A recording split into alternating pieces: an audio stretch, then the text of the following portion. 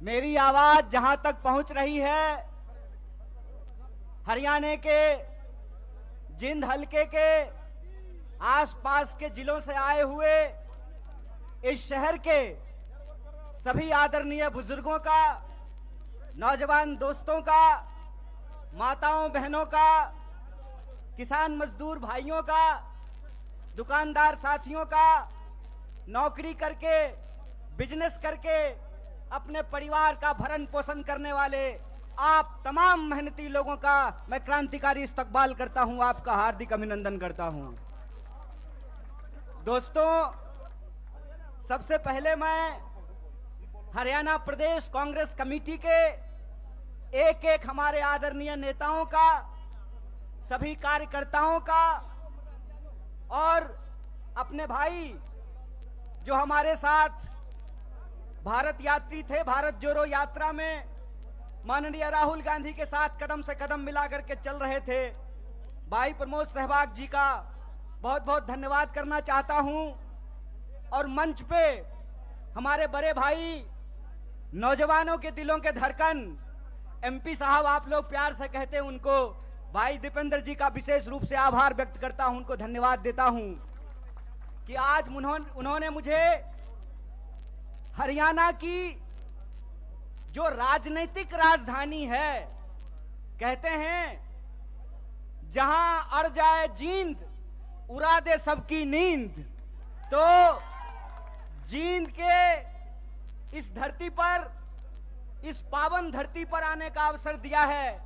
इसके लिए मैं आप सबका तहे दिल से धन्यवाद करता हूं, आपको शुक्रिया कहता हूं। दोस्तों, मैं अपनी बात आपसे करूं उससे पहले हमारा और आपका एक रिश्ता है, हमारा आपका एक संबंध है। वो संबंध है मेहनत का, वो संबंध है ईमानदारी का, वो संबंध है खून पसीने का।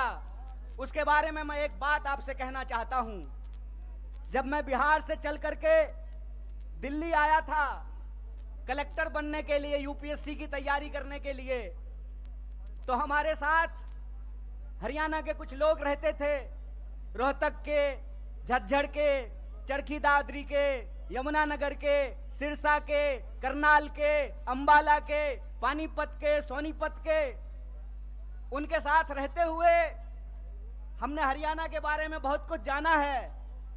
एक बार की बात है, हमारे हरियाणा के एक दोस्त ने कहा, भाई कन्हैया रोटी खा ले। तो मैंने कहा, भाई साहब दोपहर का वक्त है, हम लोग रोटी नहीं चावल खाते हैं। तो मेरे हरियाणा के उस दोस्त ने कहा, भाई हम चावल भी खाते हैं तो उसको रोटी खाना ही कहते हैं, भले तू चावल खा ले लेकिन मैं तो यही कहूंगा रोटी खा ले तू। तो मैं समझता हूं ये जो रोटी का संबंध है वो बिहार के लोगों का हरियाणा के लोगों के साथ है। आप जो देश भर के लिए हरियाणा के मेहनती किसान चावल उगाते हैं, हम बिहार वाले उस चावल को बोते हैं, उस चावल को काटते हैं, उस चावल को बोरियों में भरते हैं। इसीलिए हमारा और आपका रिश्ता प्रेम का रिश्ता है, मेहनत का रिश्ता है, ईमानदारी का रिश्ता है, खून पसीने का रिश्ता है। और इसी खून पसीने के रिश्ते के दम पे कुछ बात मैं आपके सामने करने के लिए आया हूं। हालांकि मेरा मानना है कि जींद के लोगों को राजनीति कहने की जरूरत नहीं है, क्योंकि हरियाणा में, उत्तर भारत में देश की राजनीति अगर बदलती है कहीं तो उसकी शुरुआत जींद से होती है, उसकी आगाज जींद से होती है। और जब हम दिल्ली से आ रहे थे तो आते हुए ही हमको इस देश के प्रधानमंत्री की बेईमानी की निशानी देखने को मिली। और वो बेईमानी की निशानी क्या है? तो टीकरी बॉर्डर पर बहादुरगढ़ के पास आज भी किसान आंदोलन का वो क्रांतिकारी इतिहास, उसके चिन्ह वहां पे मौजूद हैं कि किस तरीके से इस सरकार ने इस देश के किसानों के साथ बेईमानी की थी। एक बार फिर से आप जानते हैं कि हरियाणा प्रदेश है खिलाड़ियों का। हरियाणा वो प्रदेश है जहां सबसे ज्यादा पदक जीत करके देश के लिए अगर कोई लाते हैं तो वो हरियाणा के छोरे और छोरियां, ये बात हम सब जानते हैं। अगर आप इस देश की फौज को उठा करके देख लें तो सबसे ज्यादा बेल्ट की नौकरी करने वाले नौजवान अगर कहीं पैदा होते हैं तो हरियाणा में पैदा होते हैं। लेकिन अगर आप आज हरियाणा की स्थिति देखें तो इस बेईमान भाजपा सरकार ने हरियाणा को एक जगह और एक नंबर कर दिया है। और वो जगह, जब हम बेरोजगारी की बात करते हैं तो आज हरियाणा बेरोजगारी में भी नंबर 1 हो गया है। ये जो हरियाणा के अंदर हालात पैदा हुए हैं, उसके बारे में अगर कहीं से क्रांतिकारी शुरुआत हो सकती है तो वो धरती जींद है। इसीलिए मैं धरती के तमाम माताओं, बहनों, किसान, मजदूर भाइयों और नौजवान साथियों से कहता हूं कि इस ऐतिहासिक शुरुआत को आपको करना पड़ेगा और आपको यह समझना होगा कि आज हम किस परिस्थिति में जाकर के खड़े हैं। आप देश के किसी भी इलाके में जाकर के घूम करके देख लीजिए, हर जगह एक बार फिर से भाजपा का प्रचार शुरू हो गया है। जब मैं रास्ते से आ रहा था, रोहतक के पास मुझे जींद की तरफ मुड़ना था, तो एक दीवार पे लिखा हुआ था, फिर एक बार मोदी सरकार। मैंने अपने दोस्त को कहा, भाई गाड़ी रोक, मार्कर से इसके बगल में लिख देता हूं जहां लिखा हुआ है फिर एक बार मोदी सरकार। पहले 15 लाख ला, फिर तेरी सरकार आने की बात होगी। पहले तू हर साल 2 करोड़ नौकरी दे, फिर तेरी सरकार आने की बात होगी। पहले तो किसानों की आमदनी दुगनी कर, फिर तेरी सरकार आने की बात होगी। पहले तू हरियाणा, जिसको बेरोजगारी में तू 1 नंबर बना दिया है, यहां रोजगार में 1 नंबर हरियाणा को बना, फिर तेरी जो है सरकार आने की बात होगी। हमारी सरकार नहीं है हरियाणा में, लेकिन श्रीमान भूपेंद्र हुड्डा साहब जब हरियाणा के मुख्यमंत्री थे, और मैं कहता हूं खाए हुए शरीर को और नहाए हुए शरीर को गवाही देने की जरूरत नहीं होती है। अरे प्रमोद भाई को देख के कोई कह देगा कि खाए पिए परिवार से हैं, कह देगा कि नहीं कह देगा? तो कहते हैं खाए हुए शरीर और नहाए हुए शरीर को गवाही की जरूरत नहीं होती है। आप बहादुरगढ़ के जितने इंडस्ट्रीज लगे हुए हैं वहां से चलना शुरू कीजिए जींद की तरफ, आपको रास्ते में फुटवियर पार्क मिलेगा। मिलता है कि नहीं मिलता है? एशियन पेंट की फैक्ट्री मिलती है कि नहीं मिलती है? दोनों तरफ छोटे कल कारखाने मिलते हैं कि नहीं मिलते हैं? ये सब हुड्डा साहब का दिया हुआ है। और मैं आपको याद दिलाता हूं, 5 किलो चावल पे खुश मत होना मेरे दोस्तों। आपका हक था कि सबको 100 गज जमीन देने की भी बात है तो इस सरकार से पूछना चाहिए कि जमीन कहां है। भाजपा की बांटने वाली राजनीति को आपको समझना पड़ेगा। आपको यह समझना पड़ेगा कि भाजपा की राजनीति नफरत पे चलती है, भाजपा की राजनीति बेईमानी पे चलती है, भाजपा की राजनीति लोगों को आपस में लड़ा करके लूटने पे चलती है। दरअसल भाजपा का इतिहास इस देश से गद्दारी का इतिहास है। इस बात को याद रखिएगा, इस बात को याद रखिएगा कि भारतीय राष्ट्रीय कांग्रेस महात्मा गांधी की पार्टी है जो हंसते हंसते अपने सीने पे गोली खा लिए थे। और भाजपा का इतिहास नाथूराम गोडसे का इतिहास है, इस बात को याद रखिएगा। और इसीलिए मैं आपको कहता हूं कि जिस तरीके से अंग्रेज हमारे साथ करते थे, फूट डालो और राज करो, उसी तरह से भाजपा आज कर रही है, फूट डाल रही है और इस देश पे राज कर रही है। मैं आपसे एक सवाल पूछना चाहता हूं, आज 10 साल भाजपा की राजनीति को होने को है, 9 साल देश में भाजपा की राजनीति पूरी हो चुकी है। हरियाणा का चुनाव भी लोकसभा चुनाव के वक्त में होता है, लोकसभा चुनाव के ठीक बाद होता है। आज 9 साल पूरे होने को हैं। मैं सवाल आपसे पूछता हूं, और मैं बाहर से आकर के आपको यह बात समझाने वाला नहीं हूं, आपको यह बात अपने सीने पे हाथ रख करके समझना पड़ेगा कि भाजपा यहां आकर के कौन सी राजनीति की शुरुआत की।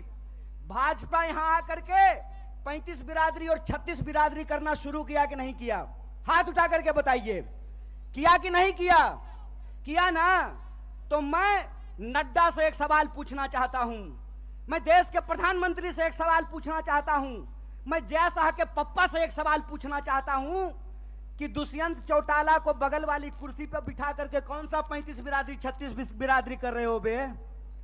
कौन सी 36 बिरादरी 35 बिरादरी कर रहे हो? खेला करते हो? खेला? अरे झूठा, बेईमानी करते हो। मैं आपसे कहता हूं, और आप सोच करके इस बात को बताइए, जहां धर्म होगा वहां हिंदू मुसलमान करेंगे, और जहां मुसलमान नहीं होगा वहां 35 बिरादरी 36 बिरादरी करेंगे। यह मन में आप सोचिए और विचार कीजिए। अगर मैं गलत हूं, निकालो रस्सी लगाओ फांसी पे।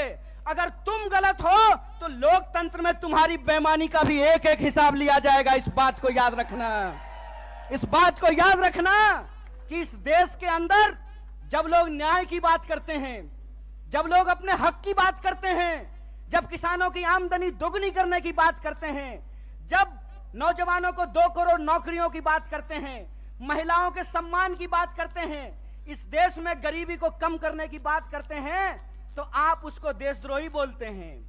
और आपके बंटवारे की राजनीति में अगर कोई शामिल हो जाए, कोई धर्म के आधार पर देश को जो लड़ाने की राजनीति है उसका हिस्सा बन जाए, जो समाज को जात के नाम पे लड़ाने की राजनीति है उसका हिस्सा बन जाए, तो जब बाहर थे तो विरोधी थे और आपके बगल में आकर के बैठ गए तो माला पहनाते हो रे बेईमान। अरे कौन सा ऐसा वॉशिंग मशीन है रे कि जब कांग्रेस में रहता है तो चोर होता है और तुम्हारा पार्टी में जाकर के ईमानदार हो जाता है रे झूठा। देश को ठगते हो, देश को ठग के बेईमानी करते हो। तो हमको एक सवाल का जवाब दीजिए। ये 35 बिरादरी 36 बिरादरी कहते हैं और नारा लगाते हैं सबका साथ सबका विकास। अगर सबका साथ सबका विकास नारा है तो हरियाणा में 35 बिरादरी 36 बिरादरी कौन कर रहा है? भाजपा इस सवाल का जवाब दे। ये सवाल मैं पूछना चाहता हूं और मैं ये सवाल पूछना चाहता हूं कि हरियाणा के इस तरफ पानीपत में सोनीपत में 35 बिरादरी 36 बिरादरी, यमुना जी के उस पार 35 बिरादरी 36 बिरादरी नहीं।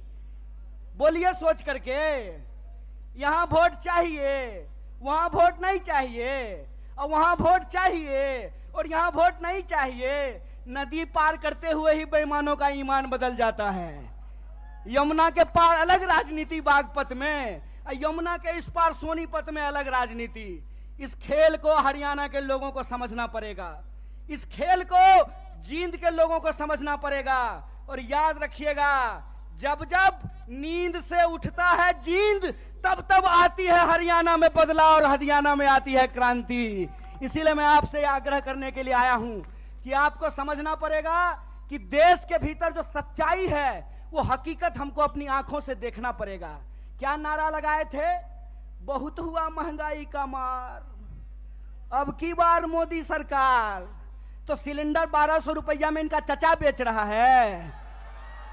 बताइए, पेट्रोल डीजल 100 रुपया लीटर मिल रहा है। क्या नारा लगाए थे कि हर साल 2 करोड़ नौकरी देंगे। 9 साल हो गया है, अभी टीवी पर प्रचार आएगा 9 साल बेमिसाल। तो मैं देश के नौजवानों से कहता हूं, हरियाणा के नौजवानों से कहता हूं, 9 साल देश बेहाल। पूछो कि 9 साल में 18 करोड़ नौकरी क्यों नहीं है? यह सवाल प्रधानमंत्री से पूछना जाना चाहिए। और आपने कहा था ना कि किसानों की आमदनी हम दुगनी कर देंगे। किसानों को 1 साल तक इस दिल्ली के बॉर्डर पे जाकर के आंदोलन करना पड़ा था। सैकड़ों किसानों को अपनी जान गंवानी पड़ी थी। और ये जिसका जिसका नाम लेते हैं ना, उसके साथ बेईमानी करते हैं। 9 साल दोस्त बेमिसाल, 9 साल देश बेहाल। यह सच्चाई देश के लोगों को समझना पड़ेगा।